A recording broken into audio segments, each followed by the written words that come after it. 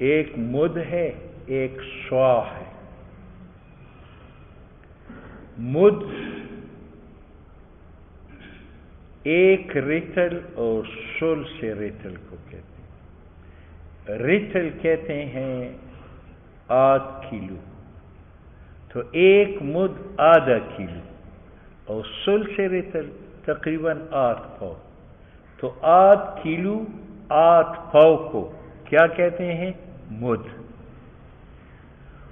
سوا اس کو کہتے ہیں جس میں 4 مد اور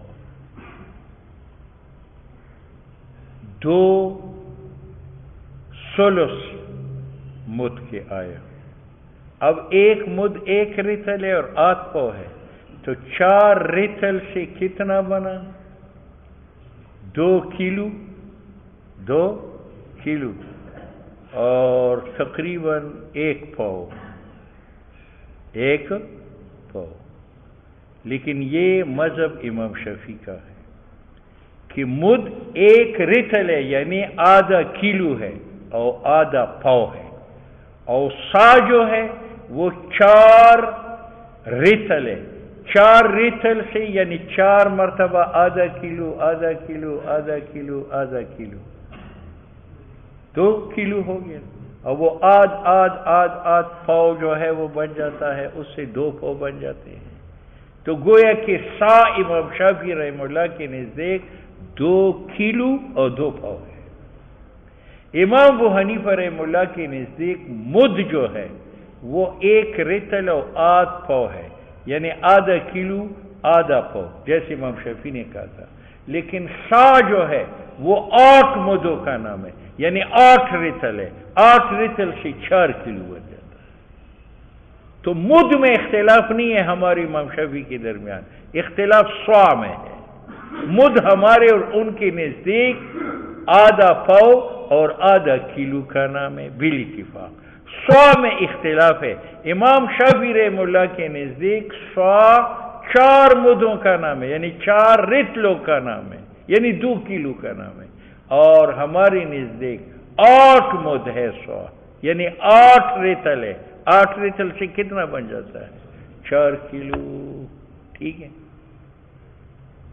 اب حدیث باب میں یہ ہے کہ نبی علیہ السلام جب وضو فرماتے تھے تو 1 مد سے کرتے تھے، یعنی آدھا کلو 8 پاؤ پانی سے کرتے تھے، اور جب غسل فرماتے تھے تو 1 سوا سے کرتے تھے، یعنی امام شافعی کے نزدیک 2 کلو 2 پاؤ سے، اور ہمارے نزدیک 4 کلو اور 3 پاؤ سے، یعنی 4.5 کلو پانی سے۔ ٹھیک ہے، یہ تو مد اور سوا کی تفصیل ہے۔ لیکن تمام فقہا کہتے ہیں کہ جس پانی سے وضو اور غسل کیا جاتا ہے اس کا عقل مد میں منحصر نہیں ہے، اگر پاؤ سے وضو ہو جائے تو تب بھی جائز ہے، اور اس کا اکثر مقدار سوا میں منحصر نہیں ہے۔ اگر سوا انسان استعمال کرے اور پھر بھی کوئی جگہ خشک ہو تو انسان دوسرا سا بھی استعمال کر سکتا ہے، وہ نہ کافی ہو تو تیسرا سا بھی استعمال کر سکتا ہے۔ یہ تحدید کے لیے نہیں ہے، یہ نبی علیہ السلام کا معمول بتایا گیا کہ آپ کا معمول یہ تھا کہ وضو آپ مد سے فرماتے تھے، یعنی آدھ کلو پانی سے، اور غسل آپ سوا سے فرماتے تھے، یعنی 4 کلو سے یا 2 کلو سے۔ ٹھیک ہے، لیکن اس میں مقصود تطہیر نہیں ہے، مقصود تحدید نہیں ہے، بلکہ مقصود انقاء ہے۔ بات سمجھ میں ایسی، اور اسراف سے بچنا ہے کہ انسان اسراف سے بچے۔ تو اگر سا کافی تھا تو غسل ہو جاتا ہے، اور اگر سا نہ کافی ہے تو پھر سا سے زیادہ استعمال کرے تو وہ اسراف میں شامل نہیں ہوتا۔ یہ اتفاقی مسئلہ ہے، اس میں اختلاف نہیں ہے، اختلاف صرف مقدار اسراف میں ہے۔ حدثنا احمد بن منیع وعلي بن حجر قال حدثنا إسماعيل بن علي عن أبي ريحانة عن سفينة إن النبي صلى الله عليه وسلم كان يتوضأ، نبی علیہ السلام وضو فرماتی تھی بالمد 8 کلو پانی اور 8 پاؤں سے، ويغتسل بالصاع اور غسل فرماتی تھی صاع کے ساتھ، جس میں 4 مد آتے تھے، اور 4 مد امام شافعی کے نزدیک 2 کلو بنتا ہے، اور ہمارے نزدیک 8 مد آتے ہیں، اور 8 مد 8 کلو ہے۔ لیکن میں نے آپ کو کیا بتایا تھا کہ نہ اقل مقدار مد میں منحصر ہے اور نہ اکثر مقدار سا میں منحصر ہے، یہ انقاء کے لیے ہے، یعنی اس سے انقاء ہو جاتا ہے، اگر نہ ہوا تو انسان زیادہ پانی استعمال کر سکتا ہے۔ وفي الباب عن عائشة وجابر وأنس بن مالك قال ابو عيسى حدیث سفینہ کا حدیث حسن صحیح۔ ابو ریحانہ کا نام عبداللہ ابن مطر ہے۔ اسی طرح رآ بعض اہل علم نے جائز سمجھا ہے وضو بالمد 8 کلو اور 8 پاؤں سے، اور غسل بالصاع۔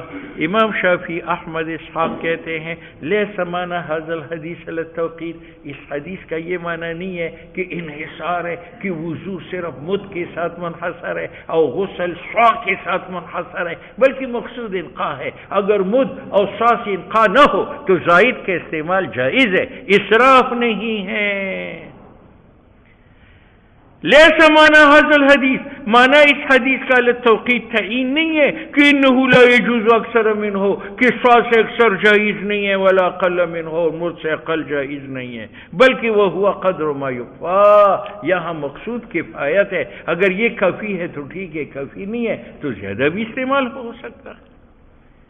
باب کراہیت الاسراف فی الوضو، جہاں انقاء و تطہیر حاصل ہو جائے تو پھر مزید پانی استعمال کرنا کیا ہے؟ اسراف ہے، یہ اتفاقی مسئلہ ہے۔ حدثنا محمد بن بشار قال حدثنا ابو داود قال حدثنا خارجة بن مصعب عن يونس بن عبيد عن الحسن عن عتي بن زمرة السعدي عن أبي بن كعب عن النبي عليه الصلاة والسلام قال إن للوضوء شيطانا، وضو کا ایک شیطان ہے، اس کا نام ولہان ہے، وہ وسوسوں میں ڈالتا ہے کہ یہ پیشاب کا چینٹا ہے اس کو دو، یہ پیشاب کا چینٹا ہے اس کو دو۔ فاتقوا الوسواس الماء، تم پانی کی وسوسوں سے ڈرو، یعنی ہر قطرے کو پیشاب کا قطرہ نہ سمجھو۔ وفي الباب عن عبد الله بن عمرو وعبد الله بن مغفل قال ابو عيسى حدیث ابی بن کعب کا حدیث غریب، اور اس کا اسناد قوی نہیں ہے عند اہل الحدیث، لان لا نعلم احدا، ہم کسی راوی کو نہیں جانتے اسندہ جس نے اس کی سند حضور تک پہنچائے ہو، غیر علاوہ خارجہ رضی اللہ تعالیٰ عنہ کے، اور منقول ہے یہ حدیث من غیر وجہ، کئی اسانید کے ساتھ حسن سے۔ ولا يصح في هذا الباب، اور صحیح نہیں ہے اس مسئلہ میں نبی علیہ الصلوۃ والسلام سے شیء کوئی حدیث، اور یہ حدیث جو حضرت خارجہ نقل کرتا ہے تو خارجہ لیس بالقوی عند اصحابنا، وضعفه، اس کو ضعیف ٹھہرایا ہے ابن مبارک نے۔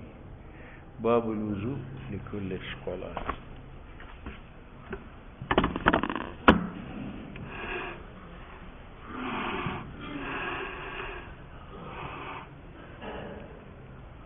یا اللہ